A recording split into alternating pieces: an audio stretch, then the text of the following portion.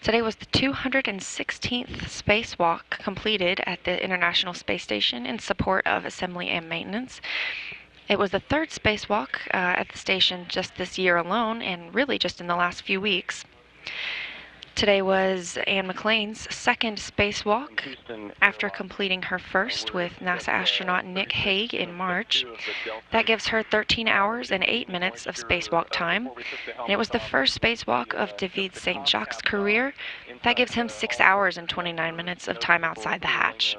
Perspiration and embeds were moist.